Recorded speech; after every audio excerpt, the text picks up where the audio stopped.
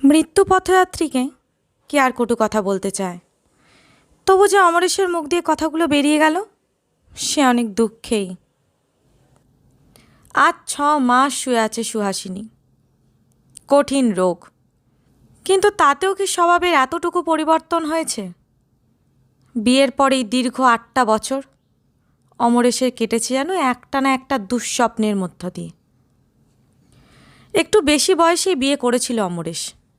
সে বয়সে রোম্যান্সের লোভে মানুষ ততটা বিয়ে করে না, যতটা করে গৃহের শান্তি, শৃঙ্খলা এবং একটু সেবার লোভে। তবু ফুলশয্যার রাত্রে নবরা বধূর সঙ্গে প্রথম পরিচয়। মন কিছু স্বপ্ন দেখেছিল বইকি, কিন্তু সে স্বপ্ন ভাঙতেও বেশি দেরি হয়নি। সামান্য 2-1টা কথার পরই অপরিচয়ের অন্তরাল দূর হওয়া মাত্র সুহাসিনী জানতে চেয়েছিল যে বিবাহের আগে অমরেশ কী পরিমাণ প্রেম করে বেরিয়েছিল, আর কতগুলি মেয়ের সঙ্গে। সেই সূত্রপাত কিন্তু শেষ নয়। প্রশ্নটার উত্তর পেয়ে সুহাসিনীর তৃপ্তি হয়নি, অর্থাৎ সংশয় যায়নি। অমরেশও ডাগর মেয়ে বিয়ে করেছিল, এ প্রশ্ন, এই সংশয় তার মনেও জাগতে পারে।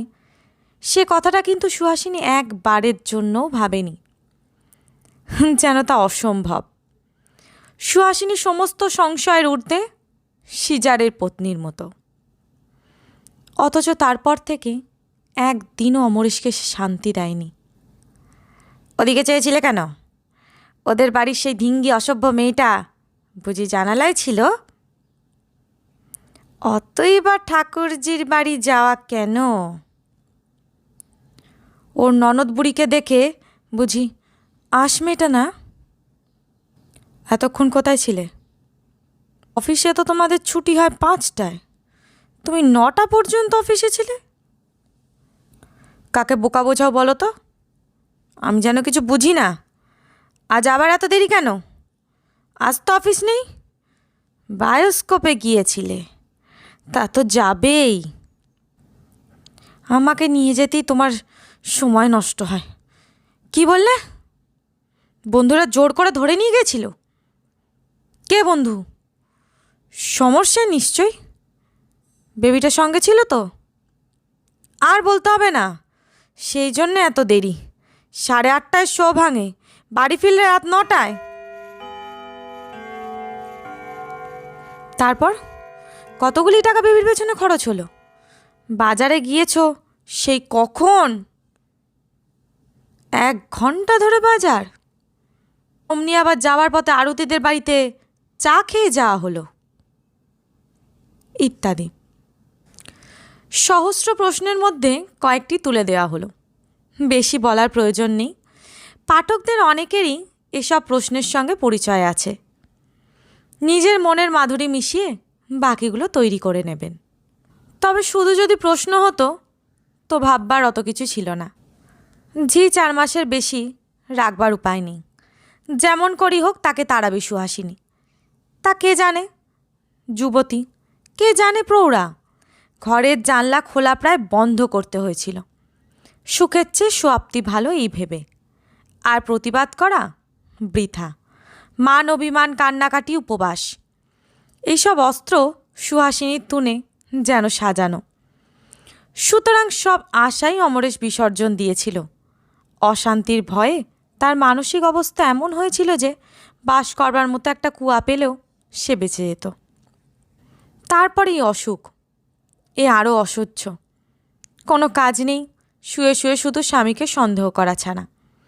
সেবা করার জন্যে যে কোনো আত্মীয়কেই আনায় তার সঙ্গে ঝগড়া বাঁধিয়ে বসে সুহাসিনী।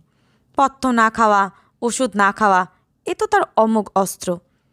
শুধু পাগল হয়ে যেতে বাকি ছিল অমরেশে। ইদানিং সে সমস্ত মনে মনে প্রতীক্ষা করত স্ত্রীর মৃত্যুর।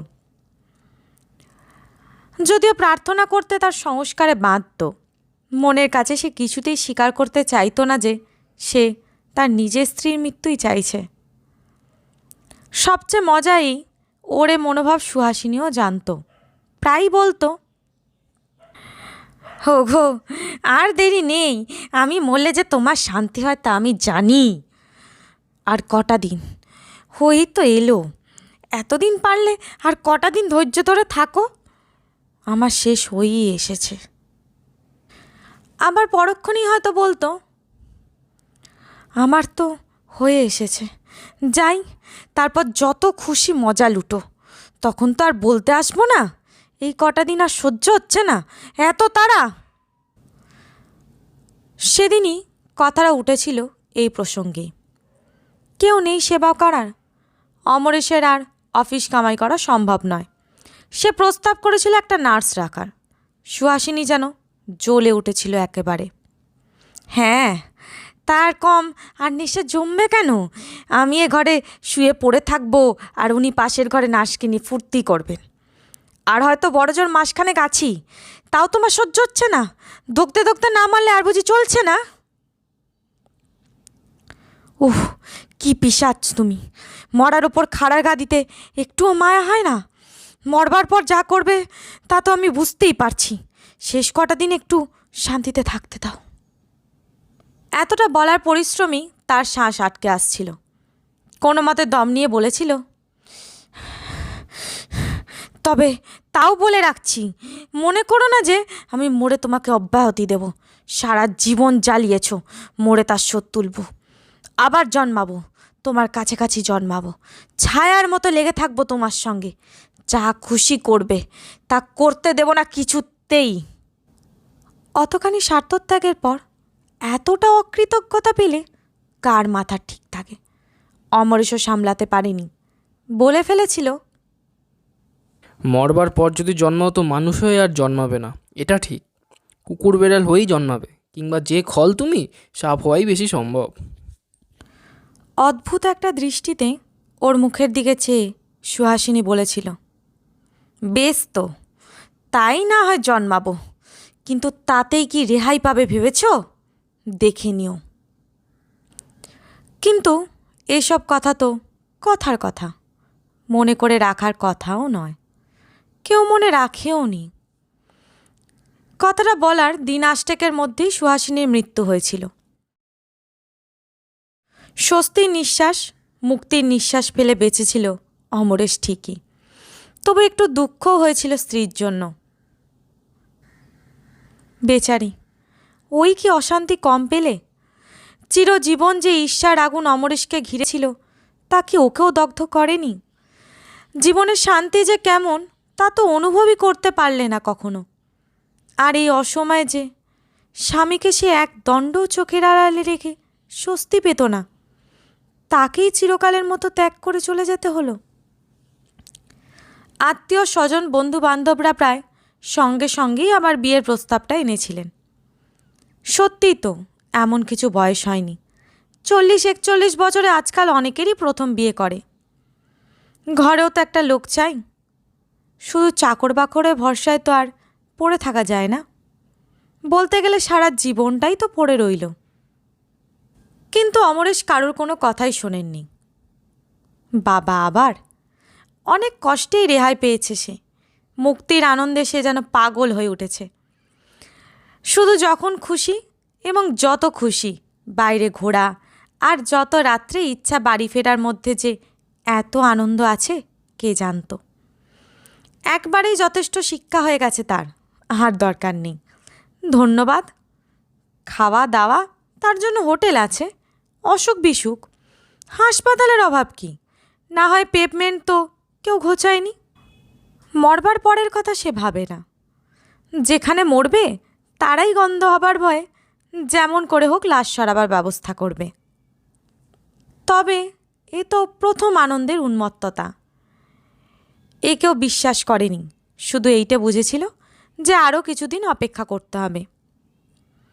বছরখানেক পরে পূজার সময় বেশি ছুটি নিয়ে রাজগিরে গেল অমরেশ। সেখানে ঠিক ওর পাশের বাংলোতে যিনি ভাড়া ছিলেন সেই শুভ্রাংশু বাবুর সঙ্গে হঠাৎ খুব ভাব জমে গেল। ওরা একসঙ্গে কুণ্ডে স্নান করতে যায়। অত ভোরে এবং অত রাত্রে আর কেউ যেতে চায় না। দুজনের রুচির সঙ্গে দুজনের মিল হওয়াতে ক্রমে অন্তরঙ্গতা বেড়ে গেল। শুভ্রাংশুবাবু 24-25 বছরের অনুরা ভগ্নিটির সঙ্গেও পরিচয় হতে যে বিলম্ব হলো না তা বলাই বাহুল্য। সেই ভগ্নিটি রুচিরা তার নাম। শিগগিরই আবিষ্কার করল যে একটা বাচ্চা চাকরের ওপর অমরেশের গৃহস্থালির ভার। সে রান্না করে অখাদ্য, চা করে জলের মতো, এবং কোনো কাজটাই ভালো করে করতে পারে না। ফলে প্রত্যহই একটা দুটো ব্যঞ্জন ও বাংলো থেকে এ বাংলোতে এসে পৌঁছতে লাগলো। সকালে, দুপুরে, বিকেলে এবং সন্ধ্যায় চায়ের কাপ নিয়ে রুচিরা নিজেই আসতো। একদিন দুদিন ছাড়া ও বাংলোতে আহারের নিমন্ত্রণ হতে লাগলো, এবং কয়েকদিন পর থেকে অমরেশ দেখল যে ওর ঘরকন্যা এবং শয্যার বিশৃঙ্খলা ঘুচে গেছে।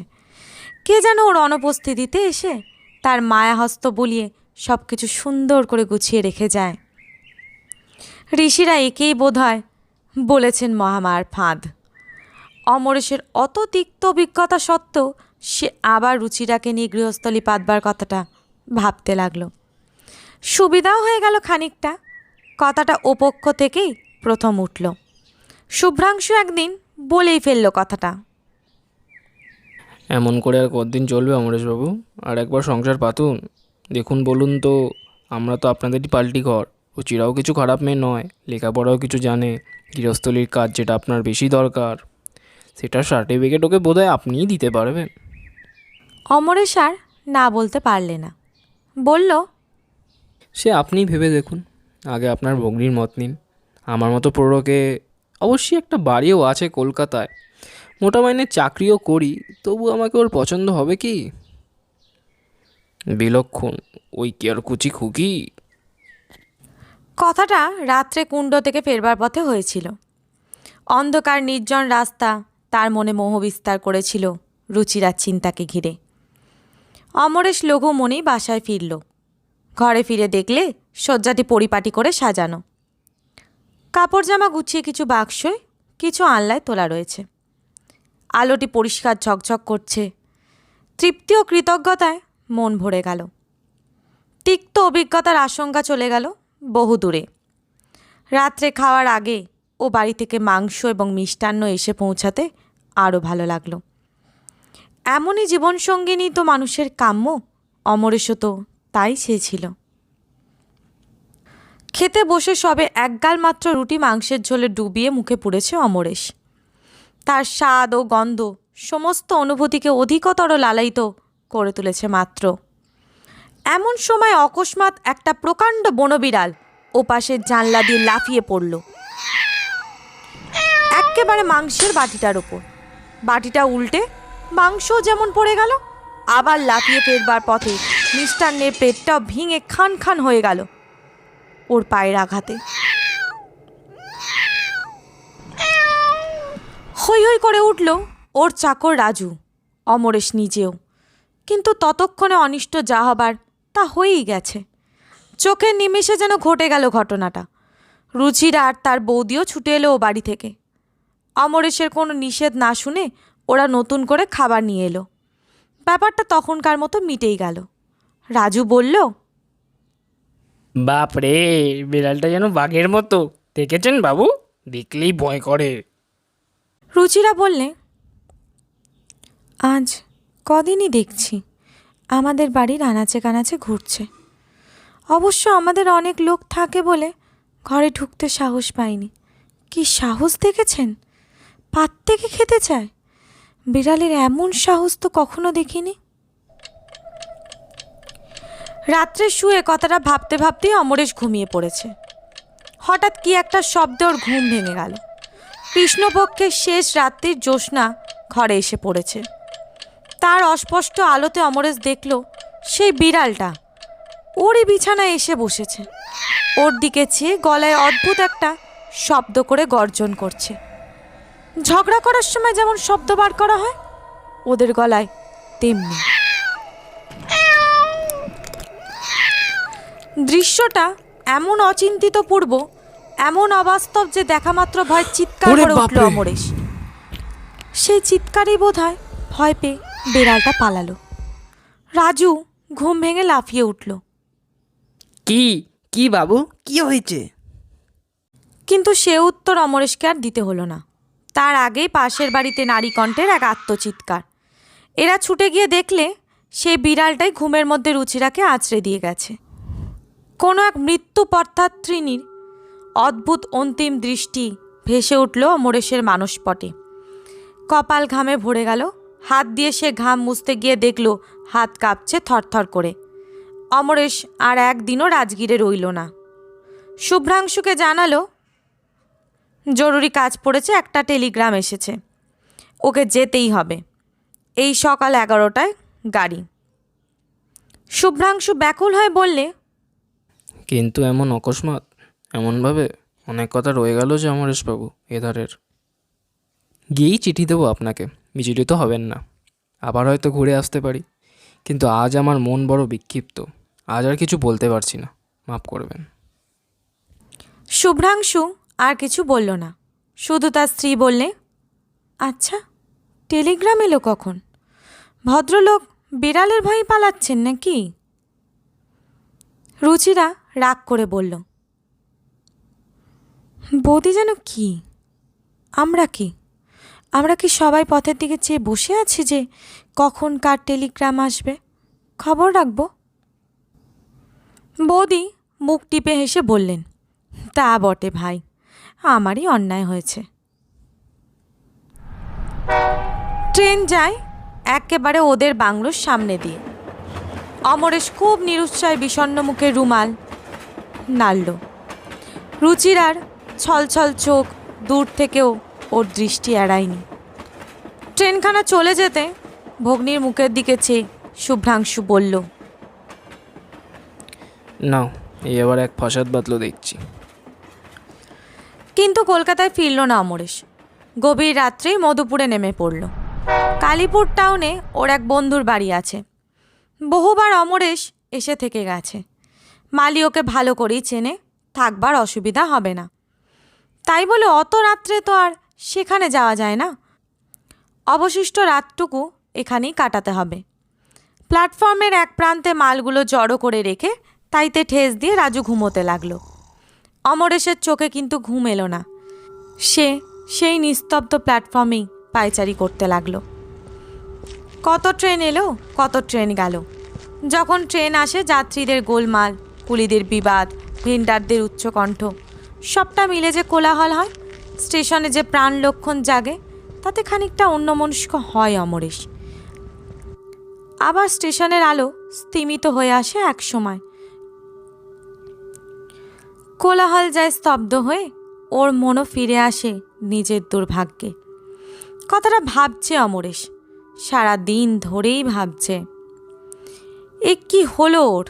শুধু কি ওর ভাগ্যেই যত অঘটন ঘটে?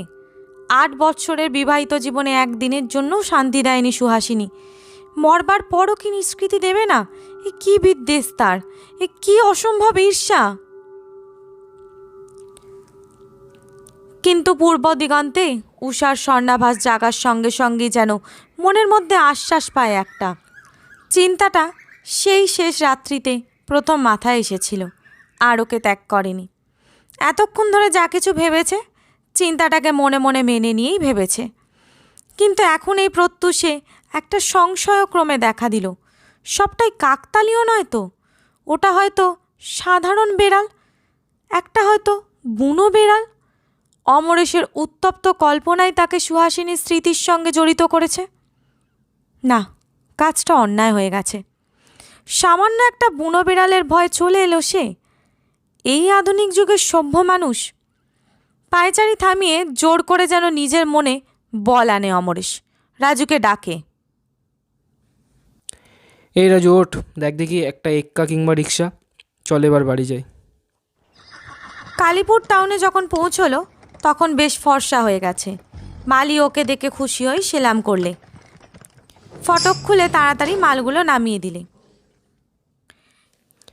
বাবু, সেই ঘরে থাকবেন তো, পূব দিকের ঘরটায়? ওইটা তো আপনার ভারী পছন্দ। হ্যাঁ বাপু, ওই ঘরটা আমাকে খুলে দাও। বাগানে শিউলি ফুল ফুটে আছে অজস্র। তার সঙ্গে এখন জড়িয়ে আছে অসংখ্য রজনীগন্ধার সুবাসের স্মৃতি। হিমেল ভোড়াই হাওয়ার সঙ্গে সেই মিষ্টি গন্ধ মিশে রাত্রি জাগরণ ক্লান্ত চিন্তাক্লিষ্ট অমরেশের সর্বাঙ্গ জুড়িয়ে গেল। আহ! মালি কোমর থেকে চাবির গোছাটা হাতে করে এগিয়ে যায় দৌড় খুলতে। পিছনেই অমরেশ, তার পেছনে বিছানা ও সুটকেস নিয়ে রাজু। ঘরটা বন্ধ আছে, দৌড় জানালা সব বন্ধ, বোধহয় দীর্ঘকাল ধরেই বন্ধ রয়েছে। দৌড় জানলা খুলে দেবার পর খানিকটা বাইরের বাতাস ঢোকবার আগে আর ওর মধ্যে যাওয়া যাবে না, মনে মনে ভাবে অমরেশ। কিন্তু হঠাৎ ওর চমক ভেঙে যায় মালির আতঙ্ক কণ্ঠকিত অস্ফুট আর্তনাদে।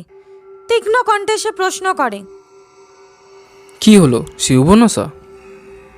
সঙ্গে সঙ্গেই এগিয়ে আসে খানিকটা। ওর গলা থেকে একটা আত্মস্বর বেরোয়। ঘরের মধ্যে প্রকাণ্ড কালো কুকুর, ঈষৎ শীর্ণ হয়তো, জিভ বার করে হাঁপাচ্ছে এবং কেমন একরকম জ্বলন্ত দৃষ্টি মেলে ওদের দিকে চেয়ে আছে। খানিকটা চেয়ে থাকার পর ওদের পাশ কাটিয়ে দৌড়ে বেরিয়ে গেল কুকুরটা।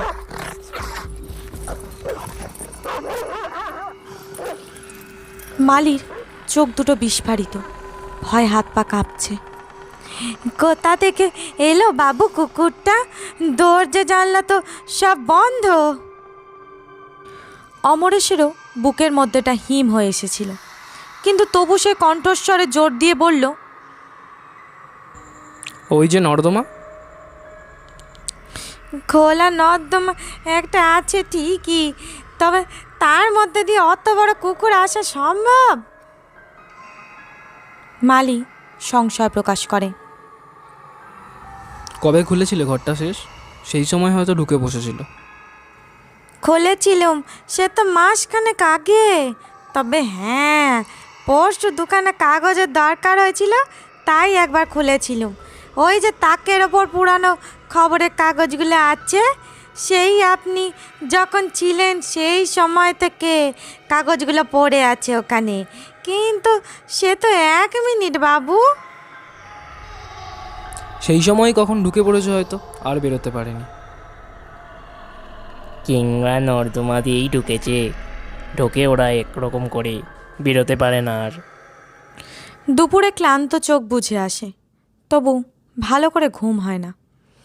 রুচিরার ছলছল দুটি চোখের স্মৃতি, তার সঙ্গে আলো আধারিতে একটা বন বিড়ালের প্রকাণ্ড রুষ্ট মুখ, সুহাসিনীর ঈর্ষা কুটিল ভূভঙ্গি, সবটা যেন স্বপ্নের মধ্যেও তালগোল পাকায়।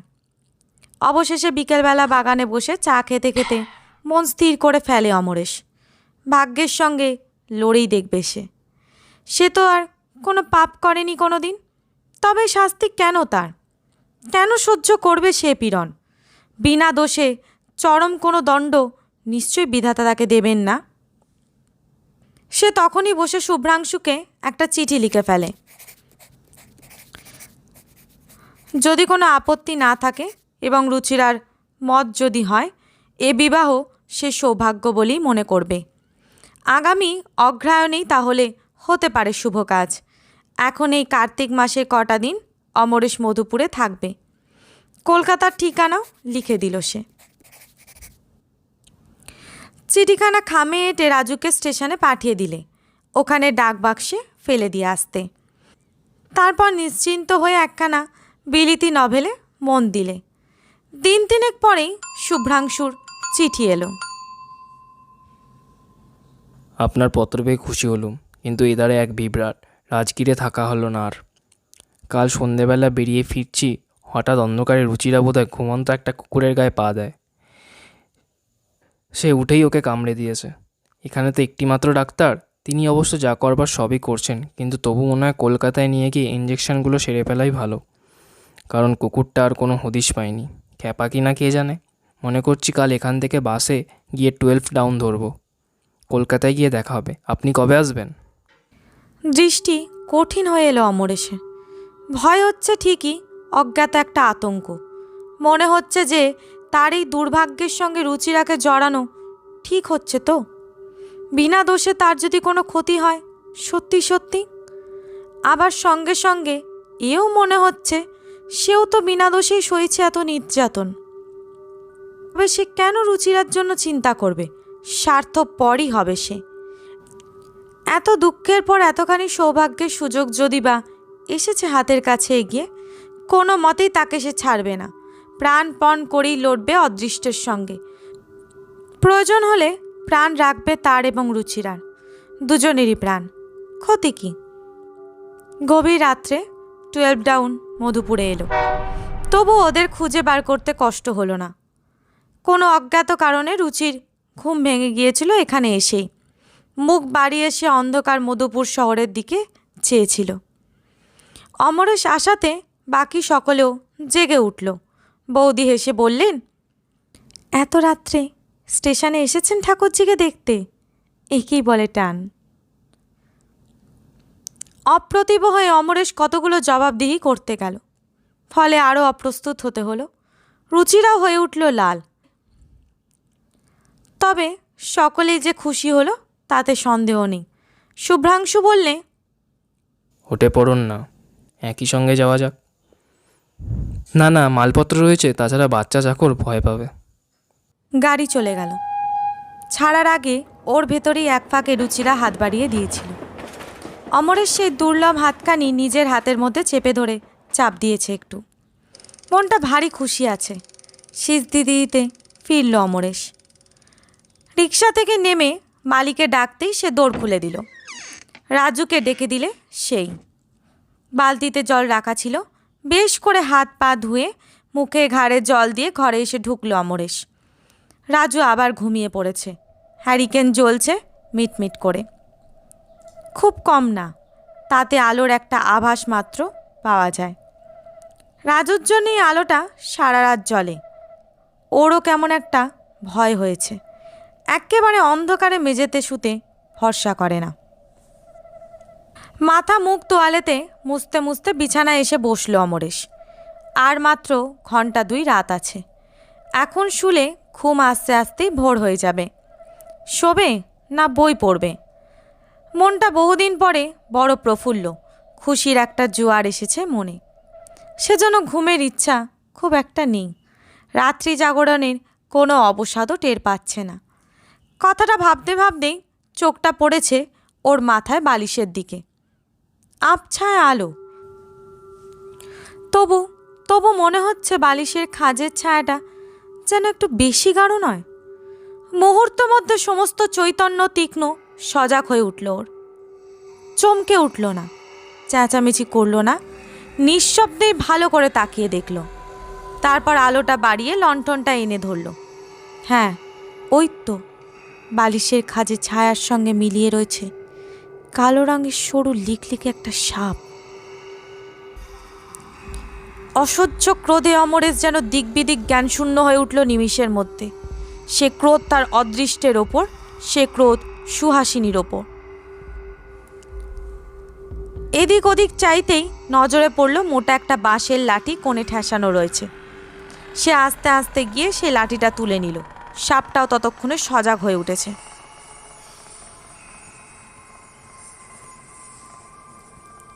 লাঠি নিয়ে অমরেশ কাছে আসতে বিছানা থেকে সরাত করে লাফিয়ে নিচে পড়েছে সে। নিচেই বেচারি রাজু শুয়ে আছে। কিন্তু অমরেশ কার্যক্ষেত্রে যথেষ্ট ক্ষিপ্র হতে পারে এখনও। সে যেন বিদ্যুৎ বেগেই লাঠিটা বসিয়ে দিল সাপের মাথায়। ছোট সরু সাপ, লাঠিটাও বেশ মোটা। সাপের মাথাটা থেতলে চ্যাপ্টা হয়ে গেছে। মৃত্যু যন্ত্রণায় ছটফট করছে সে। সমস্ত দেহটা অসহায়ভাবে বেঁকে চুরে উঠেছে বারবার। রাজু লাঠির শব্দে জেগে উঠে ওই দৃশ্য দেখে চিৎকার করে উঠেছে। মালি এসেছে ছুটে। কিন্তু অমরেশের কোনো দিকে ভূক্ষেপ নেই। সে কেমন যেন স্তম্ভিত হয়ে দাঁড়িয়ে সেই সাপটার মৃত্যু যন্ত্রণা দেখছে। চোখ ফেরাতে পারছে না। এমনই একটা অমোঘ আকর্ষণে ওর দৃষ্টি তাতে নিবদ্ধ। আনন্দ হয়েছে ওর, নিশ্চিন্ত হয়েছে। তা অমরেশও জানে না ওর অনুভূতি যেন জড়ো হয়ে গেছে। প্রথমে সেই অসহ্য ক্রোধ আর নেই, বরং এই জিঘাংসার জন্য যেন নিজের কাছেই সে লজ্জিত। তবু তাকিয়েই আছে সে। সাপটা ছটপট করতে করতে খানিকটা এগিয়েছে দৌড়ের দিকে। রাজু আর এক ঘা মারতে যাচ্ছিল। অমরেশ ইঙ্গিতে নিষেধ করল। মুখ হাত ধুয়ে যখন প্রথম ঘরের ভেতর পা দেয় অমরেশ, তার তখনকার সেই পায়ের সজল ছাপটাও এখনো শুকোয়নি। একটু বেশি জল ছিল বোধহয় পায়ে। পরিপূর্ণ ছাপটা যথেষ্ট জল নিয়ে স্পষ্ট হয়ে আছে মেঝের ওপর। মরণাহত সাপটা তার পিষ্ট দলিত মুখটাকে কোনো মতে যেন বহন করে এনে সেই জলের ছাপের ওপর এসে স্থির হয়ে গেল। এইবার বোধহয় মারাই গেল সে। হয়তো মৃত্যু যন্ত্রণার অসহ্য তৃষ্ণায় তাকে টেনে এনেছিল এই সামান্য জলরেখার দিকে। হয়তো সবটাই আকস্মিক যোগাযোগ মাত্র, কিন্তু অমরেশের যেন মনে হলো অন্তিম মুহূর্তে সরীসৃপটা তার পদচিহ্নে পৌঁছে সমস্ত অপরাধের জন্য চরম ক্ষমা প্রার্থনা করে গেল। কে জানে কেন আজ সে সুহাসিনীর জন্য দুঃখ বোধ করল। বেচারি, সে নিজেও তো কোনো দিন শান্তি পায়নি। সবার অলক্ষ্যে চোখের জল মুছে অমরেশ আবার বিছানাতেই গিয়ে বসল। বসবেন না বাবু, ভালো করে দেখে নিই আগে আর কোথাও কিছু আছে কি না। এই হিমে যখন সাপ বেরিয়েছে। না, আর ভয় নেই। অমরেশ বেশ জোর দিয়েই বলে। এ জোর সে কোথায় পায় কে জানে। সমাপ্ত। আমাদের আজকের গল্পটির নাম মরণের পরেও, গজেন্দ্র কুমার মিত্রের লেখা। আপনাদের যদি এই ধরনের গল্প ভালো লেগে থাকে তাহলে অবশ্যই লাইক, শেয়ার আর সাবস্ক্রাইব করবেন। আজ চলি তাহলে, টাটা।